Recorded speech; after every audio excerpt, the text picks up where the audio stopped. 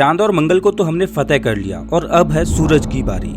भारत के लिए चांद पर जाकर वहां पर सॉफ्ट लैंडिंग करना अपने आप में एक बहुत ही बड़ी सफलता है। इसी कड़ी में इसरो का आदित्य L1 मिशन भारत के लिए बहुत ही अहम मिशन है। आदित्य L1 का बजट करीब 400 करोड़ रुपए है। अगर सीधी भाषा में इस मिशन के बारे में समझाऊं तो हमारे इसरो के वैज्ञानिक रॉकेट के जरिए एक मशीन को अंतरिक्ष के लैग्रांज 1 पॉइंट पर भेजना चाहते हैं। इस लैग्रांज 1 पॉइंट से सूरज को स्टडी करना आसान हो जाता है। सूर्य के काल में एक ऐसा समय आता है जब वो अपने अंदर से बहुत ही तेज सोलर फ्लेयर छोड़ता है। ये फ्लेयर्स धरती के मुकाबले 50 गुना तक बड़ी हो सकती हैं और धरती तो क्या दूसरे प्लैनेट्स को भी नष्ट कर सकती हैं। किस्मत से हमारे सोलर सिस्टम के हर एक प्लैनेट ने अपने इर्द गिर्द एक मैग्नेटिक फील्ड बना लिया है जो उन्हें इन सोलर फ्लेयर से बचने में मदद करता है। अब भले ही हम अपने प्लैनेट पर इन सोलर फ्लेयर से बचे हों, लेकिन दूर अंतरिक्ष में इनका प्रभाव बहुत ही खतरनाक हो सकता है।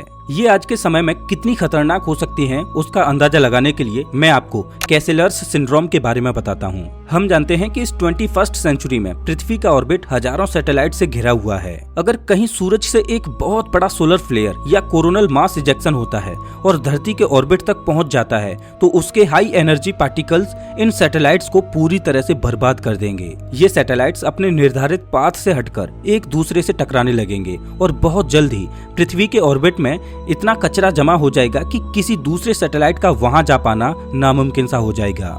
लेकिन ये सब होने से बचा जा सकता है आदित्य L1 मिशन के द्वारा। आदित्य L1 सूरज को बारीकी से पढ़ेगा और उसमें से निकलने वाले खतरनाक सोलर फ्लेयर्स के बीच एक पैटर्न को खोजने की कोशिश करेगा। सूर्य की कोर का टेम्परेचर करीब 15 मिलियन डिग्री सेल्सियस है, वहीं उसकी सतह का टेम्परेचर केवल 5500 डिग्री सेल्सियस है। कोर के हाई टेम्परेचर और प्रेशर की वजह से ही न्यूक्लियर फ्यूजन का प्रोसेस होता है जो एक तरह से हमारे सूरज के इंजन को पावर देता है। लेकिन कभी कभी ये अंदरूनी इंजन ओवरलोड कर जाता है और तेजी से सोलर फ्लेयर्स नाम की चीज फेंकने लगता है। अगर साइंटिफिक भाषा का इस्तेमाल करूं तो इसे कोरोनल मास इजेक्शन या CMEs भी कहा गया है। इसमें हाई एनर्जी मैग्नेटिक फील्ड सूरज से अलग होकर धरती और दूसरे प्लैनेट्स की ओर बढ़ने लगता है।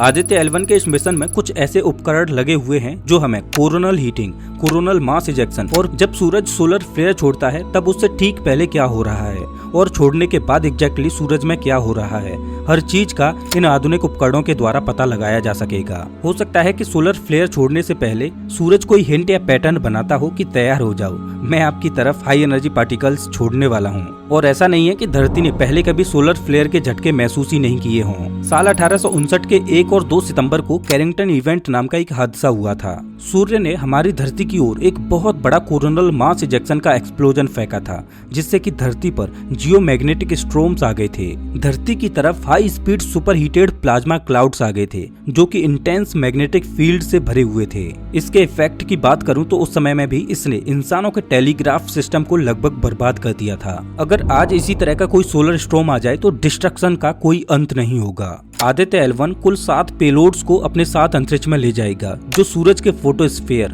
क्रोमोस्फीयर और कोरोना को स्टडी करेंगे। ये स्पेसक्राफ्ट इलेक्ट्रोमैग्नेटिक पार्टिकल्स और मैग्नेटिक फील्ड डिटेक्टर्स की तरह काम करेगा जो सूर्य के बिहेवियर और उसमें से निकल रहे जरूरी डेटा को वैज्ञानिकों तक पहुंचाएगा। 7 में से 4 पेलोड्स डायरेक्टली सूरज को ऑब्जर्व करेंगे और बाकी के 3 लैग्रांज 1 पॉइंट पर मौजूद पार्टिकल्स और फील्ड को ऑब्जर्व करेंगे। आज के समय में जितने भी महान वैज्ञानिक हैं, उनका कहना है कि अगर किसी रहस्यमयी फिनोमिना को समझना है तो उसे क्वांटम नजरिए से देखना होगा। इसरो के वैज्ञानिक भी सोलर पार्टिकल डायनामिक्स को समझने की कोशिश करेंगे। क्या आपने सोचा है कि आदित्य L1 मिशन का नाम L1 ही क्यों है? वो इसलिए क्योंकि ये सैटेलाइट अंतरिक्ष में L1 पॉइंट पर रहकर ऑर्बिट करेगी और सूर्य को स्टडी करेगी, जिसे लैग्रांज पॉइंट कहा जाता है। लैग्रांज पॉइंट को समझने से पहले आपको न्यूटन के 2 आकाशीय पिंडों के बीच लगने वाले गुरुत्वाकर्षण बल को समझना होगा। जैसा कि हम सब जानते हैं कि सूर्य के पास अपनी ग्रेविटी है और पृथ्वी के पास अपनी ग्रेविटी है। इसी वजह से ये दोनों आकाशीय पिंड एक दूसरे को अपनी ओर खींचते हैं। लेकिन जाहिर सी बात है कि सूर्य की ग्रेविटी पृथ्वी की ग्रेविटी पर भारी पड़ती है। इसी वजह से पृथ्वी सूर्य के ऑर्बिट में चक्कर लगा रही है। लेकिन इन दोनों आकाशीय पिंडों की ग्रेविटी एक दूसरे के साथ रस्साकसी की तरह गेम खेलती रहती है और बीच में कहीं एक जगह ऐसी होती है जहाँ पर इन दोनों पिंडों की ग्रेविटी एक दूसरे को कैंसिल करने लगती है। मतलब उस पॉइंट से कोई चीज पृथ्वी की तरफ ज्यादा है तो पृथ्वी उसे अपनी ओर खींचने लगेगी और उस पॉइंट से कोई चीज सूर्य की तरफ ज्यादा है तो सूर्य उसे अपनी ग्रेविटी से खींच लेगा। लेकिन जिस पॉइंट पर इन दोनों की ग्रेविटी एक दूसरे को कैंसिल करने लगेगी उस पॉइंट पर कोई कोई भी चीज बैलेंस रहेगी। वो चीज ना तो सूर्य की ओर जाएगी और ना ही पृथ्वी की ओर जाएगी, और उस पॉइंट को लैग्रांज पॉइंट कहा जाता है। और ऐसे हमारे सोलर सिस्टम में 5 लैग्रांज पॉइंट हैं, जिसमें से L1 पॉइंट पर आदित्य को भेजा जाएगा, इसीलिए इसका नाम आदित्य L1 है। आपको याद होगा कि नासा ने हाल ही में अपने जेम्स वेब स्पेस टेलीस्कोप को लॉन्च किया था, जिसे L2 पॉइंट पर भेजा गया था। इन लैग्रांज पॉइंट्स पर किसी भी सैटेलाइट को स्टेबल रहने के लिए मिनिमम ऊर्जा की जरूरत पड़ती है। आदित्य L1 को लॉन्च के बाद 125 दिनों का समय लगेगा लैग्रांज 1 पॉइंट पर पहुंचने के लिए, और ये ऑब्जर्वेटरी मिशन अगले 5 सालों तक L1 पॉइंट पर रहकर सूर्य को स्टडी करता रहेगा। हम उम्मीद करेंगे कि आदित्य L1 मिशन अपनी कसौटी पर खरा उतरे और सिर्फ भारत ही नहीं बल्कि पूरी दुनिया के लिए एक वरदान साबित हो। तो दोस्तों, इस वीडियो में बस इतना ही। वैसे आप हमारा ये वीडियो कौन से शहर से देख रहे हो हमें कमेंट करके जरूर बताएं। मिलता हूँ मैं आपसे एक नई वीडियो में, तब तक के लिए नमस्कार।